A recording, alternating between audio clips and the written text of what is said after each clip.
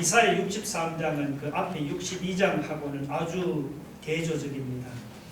여러분이 62장 1절에 보면은 나는 시온의 의가 빛같이 예루살렘의 구원이 횃불같이 나타나도 시온을 위하여 잠잠하지 아니하며 예루살렘을 위하여 쉬지 아니할 것인지 그렇게 말했습니다. 여기서 나는 예수님을 가르친다고 했습니다. 지금 예루살렘 성은 바벨론 군대의 침략을 당해서 앞이 캄캄한 상황입니다. 회복될 희망이라고는 도무지 보이지가 않습니다. 그런데 예수님은 뭐라고 말씀했습니까? 예수님은 회복될 가망이 보이지 않는 캄캄한 예루살렘 성을 빛같이 회복하고 횃불같이 구원할 때까지 잠잠하지도 않고 쉬지도 않고 계속해서 일하겠다고 말씀했습니다. 62장에서 예수님은 예루살렘을 회복하기 위해서 쉬지 않고 일하시는 분으로 묘사되고 있습니다. 그런데 63장은 62장하고 정반대의 모습입니다. 여러분 3절 하반절을 한번 보세요. 내가 노함으로 포도즙 틀을 밟았는데 내가 노함으로 말미암아 무리를 밟았고 분함으로 말미암아 짓밟아서므로 그들의 선열이 내 옷에 튀어 내 옷을 다 더럽혔으니 63장에서 예수님은 피 묻은 옷을 입고 에돔을 인정사정없이 심판하는 모습으로 묘사되고 있습니다. 62장에 나오는 시온이나 예루살렘은 하나님이 택한 백성을 가르칩니다. 반면에 63장에 나오는 여기 에돔이나 혹은 보스라는 이스라엘 백성의 원수를 가르칩니다. 시온이 예루살렘을 가르친다면 이 보스라는 에돔을 대표하는 도시라고 할 수 있습니다. 에돔은 야곱의 상둥이 형 에서의 자손으로 이스라엘 백성에게는 아주 철천지 원수라고 할 수 있습니다. 하나님이 택한 백성은 아무리 절망 중에 있더라도 회복되고 구원받을 때까지 예수님이 잠잠하지도 않고 쉬지도 않고 계속해서 일하십니다. 반면에 에돔이나 보스라 같이 이스라엘 백성의 원수는 어떻게 됩니까? 이스라엘 백성의 원수는 포도즙 틀을 발로 밟아 으깨버리듯이 예수님이 인정사정 없이 발로 짓밟아서 뭉개버립니다. 1절을 보세요. 에돔의 소논이 누구며 붉은 옷을 입고 보스라의 소논이 누구냐? 그의 화려한 의복 큰 능력으로 걷는 이가 누구냐? 그는 나이니 공의를 말하는 이요 구원하는 능력을 가진 이라. 여기서 붉은 옷을 입고 에돔과 보스라에서 오는 이가 누굽니까? 그는 다름 아니고 바로 이 에돔과 보스라를 심판하려고 오시는 예수 그리스도입니다. 그 밑에 2절로 6절이 에돔을 심판하는 예수님의 모습을 잘 보여줍니다. 예수님이 왜 에돔에서 붉은 옷을 입고 오십니까? 그 이유는 3절을 보시면은 예수님이 에돔 사람들을 하도 많이 죽이는 바람에 그들의 피가 예수님의 옷에 튀었기 때문에 붉은 옷이 되었습니다. 예수님이 에돔 사람을 얼마나 지디게 놓았는지 마치 포도즙을 짜는 사람이 포도를 밟아서 으깨 놓듯이 밟아서 형체도 알아볼 수 없을 정도로 인정사정 없이 짓뭉개버렸습니다. 자, 그러면 예수님이 언제 믿는 신자들의 원수를 이렇게 무섭게 심판합니까? 그냥 믿는 신자들이 조금만 어려움을 당하거나 혹은 조금만 괴롭힘을 당해도 예수님이 나서서 이렇게 원수를 심판하십니까? 만약 그렇게 심판한다면 우리 믿는 신자들 입장에서 얼마나 좋겠습니까? 그러나 예수님은 신자들의 원수라고 그렇게 즉각즉각 심판하지를 않으십니다. 여러분 4절을 보세요. 이는 내 원수 갚는 날이 내 마음에 있고 내가 구속할 해가 왔으나 예수님은 신자들의 원수를 갚을 날이나 혹은 신자들을 구속할 때를 특별히 마음에 두고 계십니다. 그럼 그때가 언제입니까? 5절 보세요. 내가 번쩍 도와주는 자도 없고 붙들어주는 자도 없으므로 이상하게 여겨 내 팔이 나를 구원하며 내 분이 나를 붙들었으리라. 자, 5절에 여기서 내가 번쩍이라는 말은 이것은 우리가 볼 때가 아니고 예수님이 보실 때라는 그런 말입니다. 예수님이 보실 때 신자를 도와주는 자도 없고 신자를 붙들어주는 자도 없습니까? 예수님이 보실 때 신자가 홀로 곤경에 빠져서 심하게 어려움을 당하고 있습니까? 그때가 바로 무슨 때입니까? 그때가 바로 예수님이 나서서 신자를 괴롭히는 원수를 벌하시고 심판하실 때입니다. 혹시 내가 처한 상황이 그와 같습니까? 주변을 둘러보아도 나를 도와주거나 나를 붙들어주는 사람이 한 명도 없습니까? 나 홀로 곤경에 빠져서 심하게 어려움을 당하고 있습니까? 그렇다고 낙심하고 절망해서 여러분 믿음을 포기하지 맙시다. 내가 곤경에 빠질 때가 바로 무슨 때입니까? 그때가 바로 예수님이 나서서 나를 구원하시고 나를 붙들어 주실 때입니다. 내가 어려움에 빠질 때가 바로 그때가 예수님이 나서서 나를 괴롭히는 원수를 벌하시고 심판하실 때입니다. 여러분 세상에서 믿음을 지키는 것이 어렵습니까? 그럴수록 하나님을 믿고 하나님을 의지해야 합니다. 왜 그렇습니까? 4절에 이는 내 원수 갚는 날이 내 마음에 있고 구속할 해가 왔으나 했습니다. 왜냐하면 세상에서 믿음을 지키는 것이 어려울수록 예수님이 원수 갚을 날을 마음에 두고 원수를 심판하실 때가 더욱 가깝기 때문입니다. 믿으시면 아멘 하시기 바랍니다.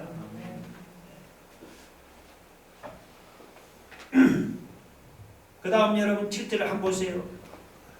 내가 여호와께서 우리에게 베푸신 모든 자비와 그의 찬송을 말하며 그의 사랑을 따라 그의 많은 자비를 따라 이스라엘 집에 베푸신 큰 은총을 말하리라.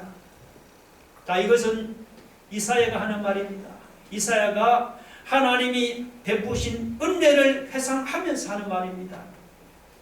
자, 여기 7절을 보면은 자비나 혹은 찬송이나 사랑이나 은총이란 말이 반복해서 나옵니다. 이사야는 1절로 6절에서 에돔을 심판하는 하나님을 언급하다가 이제 7절 이하에서는 과거 이스라엘 백성들에게 베풀어 주신 하나님의 자비와 찬송과 사랑과 은혜를 회상하고 있습니다. 야곱의 집안이 처음 애굽에 내려갈 때는 고작 70명이 전부였습니다. 그런데 70명이 애굽에서 하나님이 은혜로 번성해서 많은 백성과 나라를 이루었습니다. 8절 보세요. 그가 말씀하시되 그들은 하나님 말씀하는 거죠. 그들은 실로 나의 백성이요 거짓을 행하지 않는 자녀라 하시고 그들의 구원자가 되사.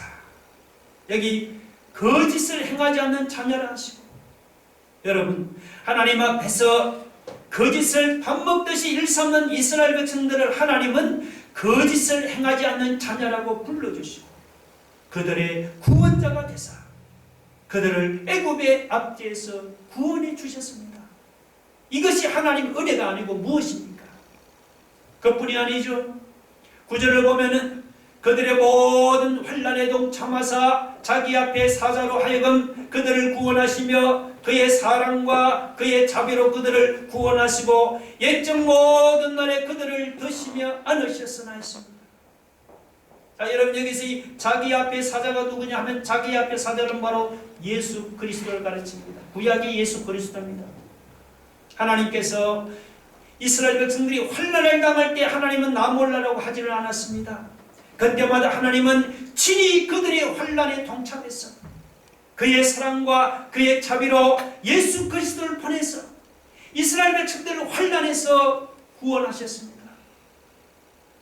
9절 끝에 드시며 앉는다는 말은 이게 무슨 말인가 하면요, 독수리가 날개로 새끼를 업어서 인도한다는 그런 말이에요.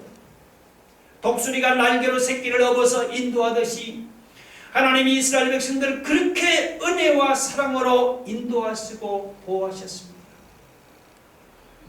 여러분, 이사야 선지자가 이렇게 하나님이 과거 이스라엘 백성에게 베풀어 주신 은혜와 사랑을 회상하는 이유가 무엇일까요? 지금 당하는 환난을 이겨나갈 생각은 하지 말고 과거에 매여서 과거에 은혜 받은 좋은 때만을 그때만을 그리워하면서 살아라는 그런 말일까요? 그런 뜻이 아니에요.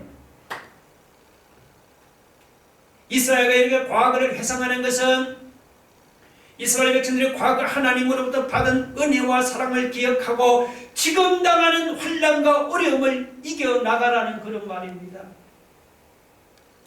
과거 은혜와 사랑을 베풀어 주신 하나님이 지금도 동일하게 은혜와 사랑을 베풀어 주실 것을 믿고 지금 당하는 환난과 어려움을 잘 이겨나가라는 그런 말입니다.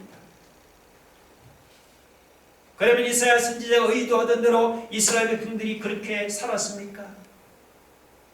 지난날 이스라엘 백성이 어려울 때 그들에게 은혜를 베풀어 주시고 사랑을 베풀어 주시는 하나님이 지금도 동일하게 자기들에게 은혜와 사랑을 베풀어 주실 것을 믿으면서 지금 당하는 어려움과 환난을 그들이 잘 이겨나갔습니까? 안타깝게도 이스라엘 백성은 그렇게 살지를 못했습니다. 자, 10절 보세요. 그들이 반역하여 주의 성령을 근심하게 하였으므로 그가 돌이켜 그들의 대적이 되사 친히 그들을 치셨더니라고 했습니다. 이스라엘 백성들은 과거 하나님이 베풀어 주신 그 은혜와 사랑을 잊어버리고 하나님을 반역해서 그들은 주의 성령을 근심하게 했습니다. 그러자 하나님도 돌이켜서 이스라엘 백성의 대적이 되사 친히 그들을 치사 망하고 말았습니다. 여러분, 이 7절로 9절 말씀은 하나님께서 유다 백성에게 하는 말씀이기도 하지만 이것은 동시에 오늘 우리에게도 하는 말씀입니다. 솔직히 하나님이 지금까지 여러분 우리에게 베푸신 자비와 찬성과 사랑과 은총이 얼마나 많습니까? 여러분 생각해 보세요. 하나님 백성이 아닌 우리를 하나님 백성으로 삼으시고 날마다 거짓을 행하는 우리를 하나님의 자녀로 삼아서 구원하시고 우리가 당하는 모든 환난에 하나님 동참하사 크신 사랑과 자비로 우리를 구원하시고 우리를 안아서 이곳까지 인도하신 것이 얼마나 큰 하나님의 은혜입니까? 그러면 지금까지 우리에게 이런 큰 사랑과 이런 큰 은혜를 베풀어 주신 하나님이 그러면 앞으로는 마음이 변해서 우리에게 사랑과 은혜를 베풀어 주시지 않겠습니까? 안 베풀어 주십니까? 그럴 리가 없죠. 과거에 은혜와 사랑을 베풀어 주신 하나님은 앞으로도 역시 우리에게 은혜와 사랑을 베풀어 주십니다. 여러분 그 사실 믿으십니까? 네. 그러면 지금 어려움을 당한다고 낙심해서 믿음이 흔들려서는 안 됩니다. 전에 우리에게 사랑과 은혜를 베풀으신 하나님은 지금도 동일하게 은혜와 사랑을 베풀어 주십니다. 여러분 어려울수록 하나님이 은혜를 베풀어 주실 때도 그만큼 우리에게 가까워지고 있다는 사실을 여러분이 믿으시고 지금 당하는 어려움과 환난을 잘 이겨나갈 수 있기를 주님의 이름으로 축원합니다. 우리가 구약 성경을 읽어보시면은 이스라엘 백성들이 많은 은혜를 받았으면서도 그들은 감사할 줄을 모르고 도리어 우상을 섬기는 짓을 일삼았습니다. 그것이 뭡니까? 그것이 바로 10절에 있는 하나님을 반역하는 짓이었습니다. 자, 10절 보니까 이스라엘 백성들이 이렇게 하나님을 반역해서 주의 성령을 근심하게 했으므로 하나님도 돌이켜서 그들이 대적이 되어서 그들을 치고 징계하셨습니다. 하나님께서 이렇게 돌이켜서 이스라엘 백성이 대적이 돼서 이스라엘 백성을 치고 징계하시자 그러자 이스라엘 백성들이 어떻게 했습니까? 그러자 이스라엘 백성들은 지난날 모세의 때 홍해바다를 건너간 사건을 기억하면서 하나님께 도움을 구했습니다. 여러분 11절 보세요. 백성이 옛적 모세의 때를 기억하여 이르되 백성과 양떼의 목자를 바다에서 올라오게 하시니가 이제 어디 계시냐? 그들 가운데 성령을 주시니가 어디 계시냐? 자, 여러분 여기 11절에서 옛적 모세의 때가 어느 때입니까?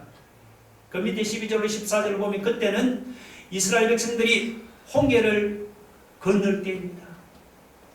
자, 11절에 보면 백성과 양떼의 목자를 바다에서 올라오게 하시니라고 했죠. 그리고 12절 보세요. 그들 앞에서 물을 갈라지게 하시고 했습니다. 또 13절 보면 그들을 기품으로 인도하시되. 자, 이걸 보면 그때는 이스라엘 백성들이 모세의 인도로 받아서 홍해 바다를 건너갈 때가 틀림없죠. 이스라엘 백성들은 지금 옛적 모세의 때 홍해 바다에서 구원하신 그 하나님이 지금은 어디 계시냐? 홍해 바다를 갈라지게 하고 그들을 광야를 달리는 말처럼 넘어지지 않고 깊은 바다 속으로 인도하신 그 하나님이 지금은 어디 계시냐? 지금은 왜 우리를 도와주시지 않고 왜 침묵하느냐면서 하나님께 도움을 구하면서 지금 항의하고 있습니다. 그렇다고 여러분 이사야만 옛적 모세의 때를 언급하는 것이 아닙니다. 에레미야, 에스겔, 그리고 사무엘 등등 다른 선지자들도 마찬가지입니다.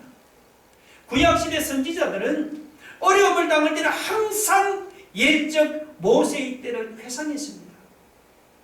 옛적 모세의 때 홍해바다를 가르고 이스라엘 백성을 구원하신 그 하나님이 지금 당하는 어려움에서도 구원해 달라고 그들은 간구했습니다. 여러분, 이스라엘 백성들이 어려울 때 선지자들이 왜 모세의 때를 회상하면서 하나님께 도움을 구했을까요? 왜 그랬을까요? 그 이유는 구약시대 때는 홍해를 걷는 것보다 더 큰 구원 역사가 없었기 때문입니다. 구약시대 때는 이스라엘 백성들이 홍해바다를 마른 땅같이 걷는 사건이 가장 큰 구원 역사였습니다. 그것보다 더 큰 구원 역사를 구약시대는 찾아볼 수가 없었습니다. 그래서 이스라엘 백성들이 어려움을 당할 때마다 선지자들은 그 홍해 사건을 회상했습니다. 모세 때는 홍해를 가르고 이스라엘 백성을 구원하는 큰 일을 행하신 하나님이 아니십니까? 그렇게 큰 일을 행하신 하나님이 지금 당하는 어려움에서 이스라엘 백성을 구원하지는 못하겠습니까? 그 정도 어려움처럼 쉽게 구원할 수 있다는 그런 말입니다.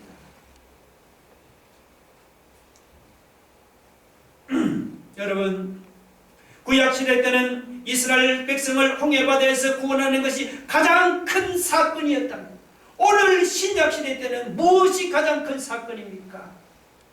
신약시대 때는 죄인을 죄에서 구원하는 것이 가장 큰 사건이 아닙니까? 하나님이 죄인을 구원하시려고 하나뿐인 독생자 예수 그리스도를 십자가 못 박아 죽게 하신 것보다 세상에 그것보다 더 큰 사건이 또 어디 있습니까? 구약시대 때는 어려울 때마다 홍해 사건을 떠올렸다면 오늘 신약시대 때는 우리가 어려울 때마다 우리는 예수 믿고 죄에서 구원받은 그 사건을 떠올려야 하지 않겠습니까? 여러분, 세상에 죄인을 구원하는 일보다 더 큰 일이 또 어디 있습니까? 그렇게 큰 일을 행하신 하나님이 지금 당한 어려움에서 우리를 구원하지 못하겠습니까? 그 정도쯤은 식은 죽 먹기죠. 여러분, 나를 위해서 구원하는 일은 이스라엘 백성을 홍해바다에서 구원하는 것보다도 더 크고 더 엄청난 일입니다. 이걸 알아야 합니다. 나를 죄에서 구원하기 위해서 자기 아들을 죽일 정도로 크고 엄청난 일을 행하신 하나님이 내가 당한 어려움이나 내가 당한 문제 하나를 해결해 주지 못하겠습니까? 비록 내게는 그 일이 어렵지만 하나님께는 식은 죽은 것입니다. 여러분, 우리 중에 어려움으로 낙심되는 사람이 있습니까? 해결할 수 없는 문제로 마음이 답답하고 괴로운 사람이 있습니까? 그렇다 어려운 상황이나 문제만 바라보면 마음이 더욱 낙심되고 더욱 답답하고 괴로움만 심해질 뿐입니다. 그때는 어려운 상황이나 문제를 바라보지 마시고 나를 죄에서 구원하신 하나님의 큰일을 생각해 봅시다. 로마서 8장 32절 한번 봅시다. 다 같이 한번 읽어볼까요? 시작. 자기 아들을 아끼지 아니하시고 우리 모든 사람을 위하여 내주시니가 어찌 그 아들과 함께 모든 것을 우리에게 주시지 아니하겠느냐. 여러분, 나를 죄에서 구원하신 하나님의 큰일을 생각하면서 우리가 하나님께 도움을 구하면 자기 아들을 아끼지 아니하시고 우리 모든 사람을 위하여 내주신 하나님, 내가 당한 어려운 문제 하나 해결해 주시지 않겠습니까? 그 정도쯤은 당연히 해결해 주실 줄로 믿으시기 바랍니다. 할렐루야.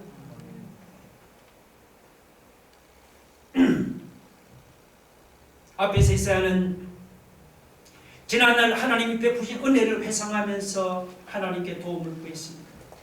정말 돌아보니 지난날 하나님이 이스라엘 백성들에게 베푸신 은혜가 한두 가지가 아니었습니다. 그러나 이스라엘 백성이 처한 현실은 말이죠. 현실은 어떠합니까? 현실은 은혜로운 일보다 괴롭고 고통스러운 일이 더 많았습니다. 자, 이스라엘 백성이 처한 괴롭고 고통스러운 현실이 어떠합니까? 거기 첫째는 지금 이스라엘 백성의 마음이 아주 완고할 대로 완고해졌습니다. 자, 여러분 17절 보세요. 여호와여 어찌하여 우리로 주의 길에서 떠나게 하시며 우리 마음을 완고하게 하사 주를 경외하지 않게 하시나이까. 하나님의 백성이라고 자랑하던 이스라엘 백성들이 지금 주의 길에서 떠나서 마음이 아주 완고할 대로 완고해졌어. 하나님을 경외하지도 않고 우상 숭배에 빠져버렸습니다. 이게 현실입니다. 둘째, 15절 하반에 보면은 그들은 하나님의 열성과 능력과 자비와 사랑마저 이제는 그쳐버렸습니다. 그렇게 말씀하죠. 주의 열성과 주의 능하신 행동이 이제 어디 있나이까. 주께서 베푸시던 간곡한 자비와 사랑이 내게 그쳤나이다. 지난날 이스라엘 백성에 나타나던 그 주의 열성과 그 주님의 능하신 행동과 주의 자비와 사랑을 지금 찾아보려고 해도 찾아볼 수가 없습니다. 다 그쳐버렸습니다. 이게 현실이에요.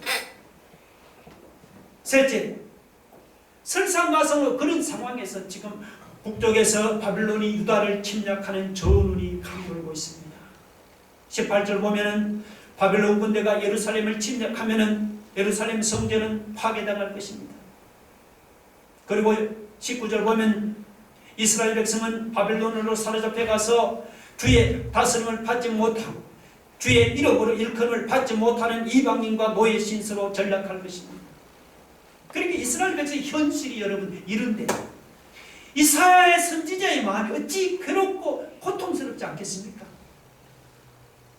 만약에 상황이 아무리 괴롭고 고통스러워도 그래도 회복될 가능성이 조금이라도 보입니까? 그러면 하나님 앞에 나가서 기도할 수 있죠. 희망을 믿고. 그러나 상황이 너무 괴롭고 너무 고통스러워서 회복될 가능성이 도무지 보이지를 않습니까? 앞을 보고 이것은 뭐 옆을 보고 뒤를 봐도 온통 그냥 캄캄한 어둠뿐입니까? 그러면 사람이 낙심하고 절망해서 기도할 엄두를 내지 못하지. 그런데 이사야는 달랐습니다. 이사야는 이스라엘 백성의 상황이 괴롭고 고통스럽다고 절망하지 않았습니다. 오히려 그 상황에서 그는 하나님께 나가 기도했습니다. 여기 15절로 여러분 19절이 이사야가 기도하는 것이 아닙니까? 이게 이사야의 기도 내용이에요. 이사야는 이스라엘 백성이 괴롭고 그런 고통스러운 현실을 하늘에서 굽어 살피시고 그들이 참 곤경을 보시고 구원해달라고 하나님께 나가 매달려 기도했습니다. 그럼 여러분, 이사야가 이런 고통스러운 현실 앞에서 어떻게 그가 절망하지 않고 기도할 수 있었을까요? 이사야는 어떤 고통도 이길 수 있는 슈퍼맨입니까? 그렇지 않죠. 이사야는 우리와 똑같은 성경을 가진 사람이에요. 여러분, 이사야가 자기 조국의 이런 괴롭고 고통스러운 현실 앞에서도 그가 절망하지 않고 하나님께 나가 기도할 수 있었던 것은 그가 하나님을 자비로우신 아버지로 믿었기 때문입니다. 여러분 16절 보세요. 우리 한번 16절 한번 읽어봅시다. 같이 시작. 주는 우리 아버지시라. 아브라함은 우리를 모르고 이스라엘은 우리를 인정하지 아니할지라도 여호와여 주는 우리의 아버지시라. 옛날부터 주의 이름을 우리의 구속자라 하셨거늘 주는 우리의 아버지시라. 이사야는 비록 아브라함은 우리를 모르고 비록 이스라엘은 우리를 인정하지 아니할지라도 주는 우리의 아버지시라고 굳게 믿었습니다. 시편 103편 13절 보십니다. 우리 한번 읽어볼까요? 시작. 아버지가 자식을 긍휼히 여길 같이 여호와께서는 자기를 경외하는 자를 긍휼히 여기시라. 아버지가 자식을 긍휼히 여긴 같이 하나님도 하나님이 자녀를 긍휼히 여기십니다. 이사야는 그 사실을 믿었기 때문에 자기 조국의 괴롭고 고통스러운 현실 앞에서도 그는 절망하지 않고 자비로우신 아버지가 되신 하나님 앞에 나가 기도할 수 있었습니다. 우리 다시 한번 성경 구절 한번 찾아봅시다. 마태복음 7장 11절입니다. 같이 읽어봅시다. 시작. 너희가 악한 자라도 좋은 것으로 자식에게 줄 줄 알거든 하물며 하늘에 계신 너희 아버지께서 구하는 자에게 좋은 것으로 주시지 않겠느냐. 할렐루야. 여러분 믿습니까? 육신의 아버지도 자기 자식에게는 좋은 것을 줄 줄 아는, 여러분 그렇잖아요. 여러분 자식에게 좋은 것을 주려고 하죠. 하물며 자비로우신 하나님 아버지께서 구하는 사랑하는 자녀들이 구하는 그 자녀들에게 좋은 것을 하나님 주시지 않겠습니까? 반드시 좋은 것으로 주십니다. 여러분 그 사실을 믿습니까? 그러면 여러분 상황이 고통스럽다고 절망하지 맙시다. 비록 아브라함은 우리를 모르고 이스라엘 우리를 인정하지 않을지라도 세상 사람 우리를 인정하지 않을지라도 하나님은 우리를 긍휼히 여기시는 자비로우신 우리의 아버지십니다.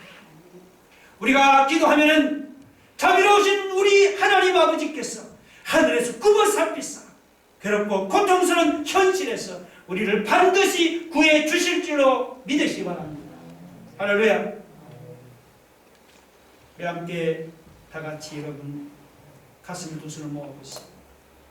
여러분 아브라함과 이스라엘은 비록 우리를 모르고 인정하지 않을지라도 하나님은 우리를 긍휼히 여기신 우리의 자비로우신 아버지가 되십니다. 우리가 기도하면 자비로우신 하나님 아버지께서 하늘에서 굽어 살피사 괴롭고 고통스러운 현실에서 우리를 구해주십니다. 여러분 전에 은혜와 사랑을 베풀어 주신 하나님은 지금도 동일하게 은혜와 사랑을 베풀어 주십니다. 우리가 하나님께 도움을 구하면 여러분 나를 위해서 구원하신 그 큰일을 행하신 하나님, 내가 나간 이 어려운 문제 좀 당연히 해결해 주십니다. 힘들다고 낙심하고 절망해서 포기하지 맙시다. 여러분 내가 공경에 처할 때, 내가 어려움에 처할 때가 무슨 때라고요? 바로 그때가 주님이 나서서 나를 도와주고 붙들어 주실 때라고 말씀했습니다. 오늘 우리 이 말씀을 붙들고 주여 역사하여 주옵소서 한번 나같이 한번 통성으로 기도하겠습니다. 할렐루야. 하나님 아버지 감사합니다. 아버지 하나님 내가 공경에 처했습니다. 내가 어려움에 처했습니다. 그때가 바로 주님이 나서서 나를 도와주고 나를 붙들어 주실 때라고 했습니다. 아버지 하나님 오늘 우리가 그분을 믿고 주님 앞에 나왔습니다. 주님은 우리를 긍휼히 여기시는 자비로우신 우리의 아버지가 되신다고 오늘 말씀하고 있습니다. 하나님 아버지, 아브라함은 이스라엘은 우리를 모르고 우리를 인정하지 않을지라도 하나님은 우리를 긍휼히 여기신 자비로우신 아버지가, 아버지 우리가 기도하시면, 우리가 기도하면 자비로우신 하나님 아버지께서 하늘에서 굽어서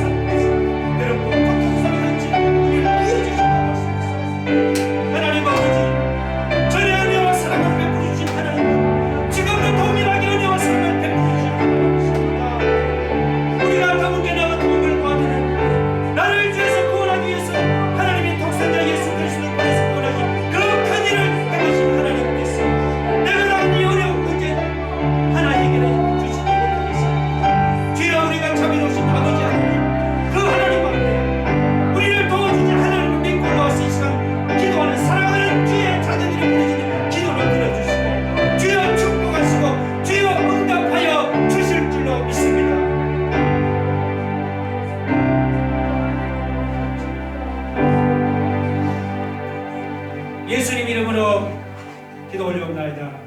아멘.